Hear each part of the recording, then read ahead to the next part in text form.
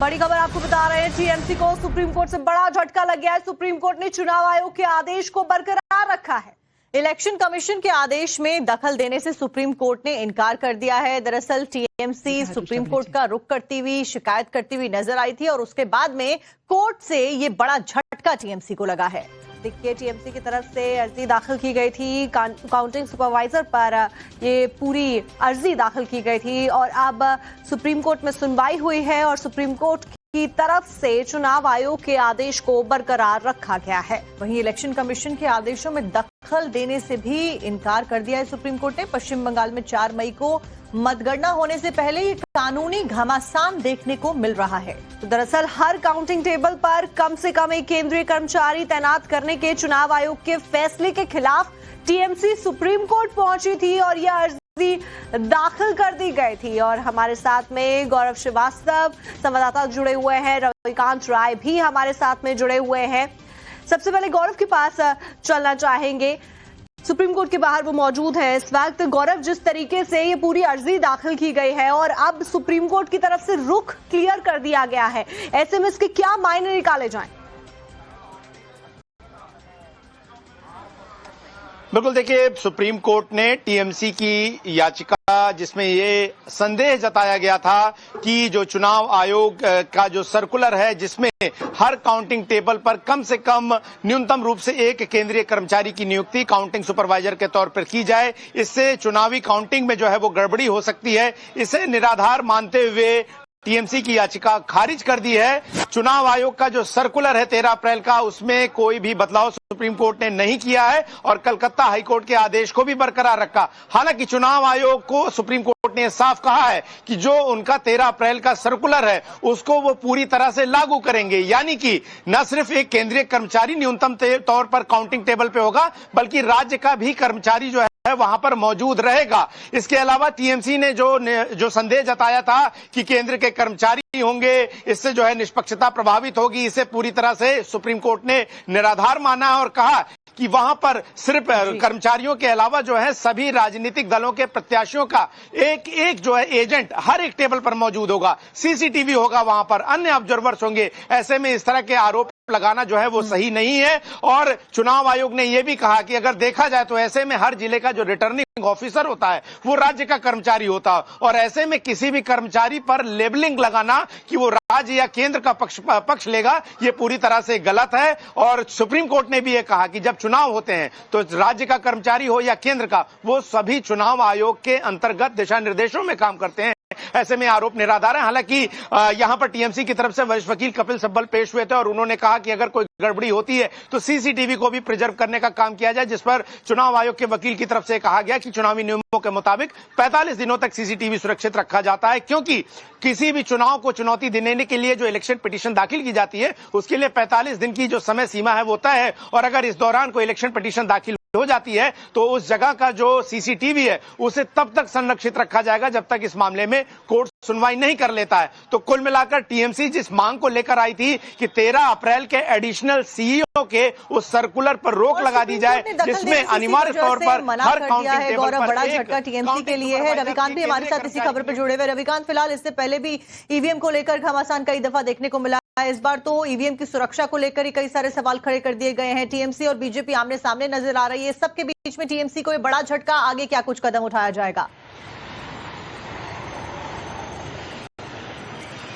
देखिए, supreme court गई थी टीएमसी और सुप्रीम कोर्ट ने कहा कि चाहे राज्य का कर्मचारी हो या केंद्र का कर्मचारी, वो चुनाव के दौरान चुनाव आयोग के अंडर में ही काम करता है। इसीलिए अगर सेंट्रल का कर्मचारी जो है काउंटिंग के दिन रहता है तो आप उसकी नियत पर या राज्य सरकार के कर्मचारी की नियत पर इस तरीके से सवाल खड़े नहीं कर सकते। और हमें पूरी उम्मीद है कि चुनाव आयोग जो है पूरी निष्पक्षता के साथ प्रक्रिया का पालन करेगा। ऐसे में टीएमसी को बड़ा झटका लगा है और इस वक्त टीएमसी के जो तमाम बड़े नेता हैं एक बड़ी बैठक करने जा रहे हैं। अभिषेक बनर्जी वीडियो कॉन्फ्रेंसिंग से इस बैठक को लेंगे और उसमें काउंटिंग को लेकर किस तरीके की तैयारियां हैं वो की जाएंगी। दोनों तरफ से वार किए जा रहे हैं और चुनाव आयोग बार बार ये कह रहा है कि निष्पक्ष चुनाव कराना हमारी जिम्मेदारी है और किसी भी प्रकार का यहां पर ना तो कोई खामी है ना प्रक्रिया का पालन नहीं किया जा रहा है, ऐसा बिल्कुल नहीं है। लेकिन पॉलिटिकल पार्टियां हैं, दो में से एक चुनाव जीतेगा,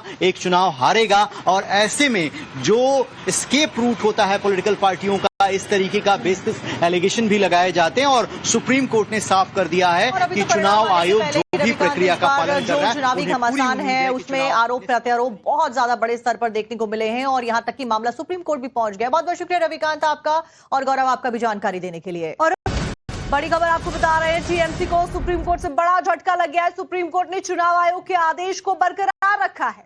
इलेक्शन कमीशन के आदेश में दखल देने से सुप्रीम कोर्ट ने इनकार कर दिया है। दरअसल टीएमसी सुप्रीम कोर्ट का रुख करती हुई, शिकायत करती हुई नजर आई थी और उसके बाद में कोर्ट से ये बड़ा झटका टीएमसी को लगा है। देखिए, टीएमसी की तरफ से अर्जी दाखिल की गई थी काउंटिंग सुपरवाइजर पर, ये पूरी अर्जी दाखिल की गई थी और अब सुप्रीम कोर्ट में सुनवाई हुई है और सुप्रीम कोर्ट की तरफ से चुनाव आयोग के आदेश को बरकरार रखा गया है। वहीं इलेक्शन कमीशन के आदेशों में दखल देने से भी इनकार कर दिया है सुप्रीम कोर्ट ने। पश्चिम बंगाल में 4 मई को मतगणना होने से पहले ये कानूनी घमासान देखने को मिल रहा है। तो दरअसल हर काउंटिंग टेबल पर कम से कम एक केंद्रीय कर्मचारी तैनात करने के चुनाव आयोग के फैसले के खिलाफ टीएमसी सुप्रीम कोर्ट पहुंची थी और यह अर्जी दाखिल कर दी गई थी। और हमारे साथ में गौरव श्रीवास्तव संवाददाता जुड़े हुए हैं, रविकांत राय भी हमारे साथ में जुड़े हुए हैं।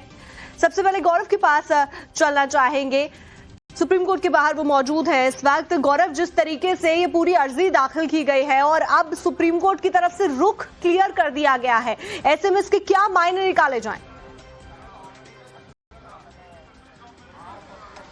बिल्कुल, देखिए, सुप्रीम कोर्ट ने टीएमसी की याचिका जिसमें ये संदेह जताया गया था कि जो चुनाव आयोग का जो सर्कुलर है जिसमें हर काउंटिंग टेबल पर कम से कम न्यूनतम रूप से एक केंद्रीय कर्मचारी की नियुक्ति काउंटिंग सुपरवाइजर के तौर पर की जाए, इससे चुनावी काउंटिंग में जो है वो गड़बड़ी हो सकती है, इसे निराधार मानते हुए टीएमसी की याचिका खारिज कर दी है। चुनाव आयोग का जो सर्कुलर है 13 अप्रैल का, उसमें कोई भी बदलाव सुप्रीम कोर्ट ने नहीं किया है और कलकत्ता हाईकोर्ट के आदेश को भी बरकरार रखा। हालांकि चुनाव आयोग को सुप्रीम कोर्ट ने साफ कहा है कि जो उनका 13 अप्रैल का सर्कुलर है उसको वो पूरी तरह से लागू करेंगे, यानी कि न सिर्फ एक केंद्रीय कर्मचारी न्यूनतम तौर पर काउंटिंग टेबल पे होगा बल्कि राज्य का भी कर्मचारी जो है वहां पर मौजूद रहेगा। इसके अलावा टीएमसी ने जो संदेह जताया था कि केंद्र के कर्मचारी होंगे, इससे जो है निष्पक्षता प्रभावित होगी, इसे पूरी तरह से सुप्रीम कोर्ट ने निराधार माना और कहा कि वहां पर सिर्फ कर्मचारियों के अलावा जो है सभी राजनीतिक दलों के प्रत्याशियों का एक जो है एजेंट हर एक टेबल पर मौजूद होगा, सीसीटीवी होगा, वहां पर अन्य ऑब्जर्वर्स होंगे। ऐसे में इस तरह के आरोप लगाना जो है वो सही नहीं है। और चुनाव आयोग ने यह भी कहा कि अगर देखा जाए तो ऐसे में हर जिले का जो रिटर्निंग ऑफिसर होता है वो राज्य का कर्मचारी होता है और ऐसे में किसी भी कर्मचारी पर लेबलिंग लगाना कि वो राज्य या केंद्र का पक्ष लेगा, ये पूरी तरह से गलत है। और सुप्रीम कोर्ट ने भी ये कहा कि जब चुनाव होते हैं तो राज्य का कर्मचारी हो या केंद्र का, वो सभी चुनाव आयोग के अंतर्गत दिशा निर्देशों में काम करते हैं। ऐसे में आरोप निराधार है। हालांकि यहां पर टीएमसी की तरफ से वरिष्ठ वकील कपिल सिब्बल पेश हुए थे और उन्होंने कहा कि अगर कोई गड़बड़ी होती है तो सीसीटीवी को भी प्रिजर्व करने का काम किया जाए, जिस पर चुनाव आयोग के वकील की तरफ से कहा गया कि चुनावी नियमों के मुताबिक 45 दिनों तक सीसीटीवी सुरक्षित रखा जाता है, क्योंकि किसी भी चुनाव को चुनौती देने के लिए जो इलेक्शन पिटीशन दाखिल की जाती है उसके लिए 45 दिन की जो समय सीमा है वो तय है और अगर इस दौरान कोई इलेक्शन पिटीशन दाखिल हो जाती है तो उस जगह का जो सीसीटीवी है उसे तब तक संरक्षित रखा जाएगा जब तक इस मामले में कोर्ट सुनवाई नहीं कर लेता है। तो कुल मिलाकर टीएमसी जिस मांग को लेकर आई थी कि 13 अप्रैल के एडिशनल सीईओ के उस सर्कुलर पर रोक लगा दी जाए, जिसमें अनिवार्य तौर पर हर काउंटिंग टेबल पर बड़ा झटका टीएमसी के लिए है। रविकांत भी हमारे साथ इसी खबर पर जुड़े हुए। रविकांत, फिलहाल इससे पहले भी ईवीएम को लेकर घमासान कई दफा देखने को मिला, इस बार तो ईवीएम की सुरक्षा को लेकर ही कई सारे सवाल खड़े कर दिए गए हैं। टीएमसी और बीजेपी आमने सामने नजर आ रही है, सबके बीच में टीएमसी को ये बड़ा झटका, आगे क्या कुछ कदम उठाया जाएगा?